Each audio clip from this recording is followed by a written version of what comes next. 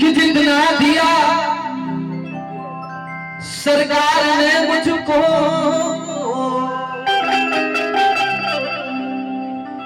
कि जितना दिया मेरी मां ने मुझको, कि उंगली मेरी औकात नहीं,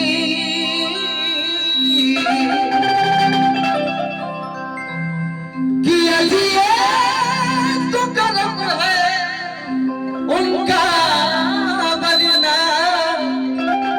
मुझ में तो ऐसी बात नहीं।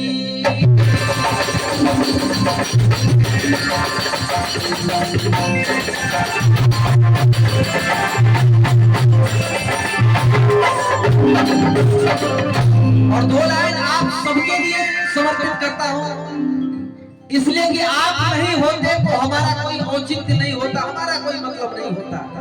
आप श्रोता ही हम सब कलाकारों को सुन के बहुत बड़ा बना देते हैं। तो मैं आप सभी के लिए दो लाइन समर्पित करना चाहूंगा कि दिल का तेरा नक्शा है और सूरत तेरी प्यारी है, और क्या चीज मेरे यारा मैया ने सवारी है, और क्या पेश करे तुमको, क्या चीज हमारी है। आज ये मेरा दिल भी तुम्हारा है और मेरी जान भी तुम्हारी है।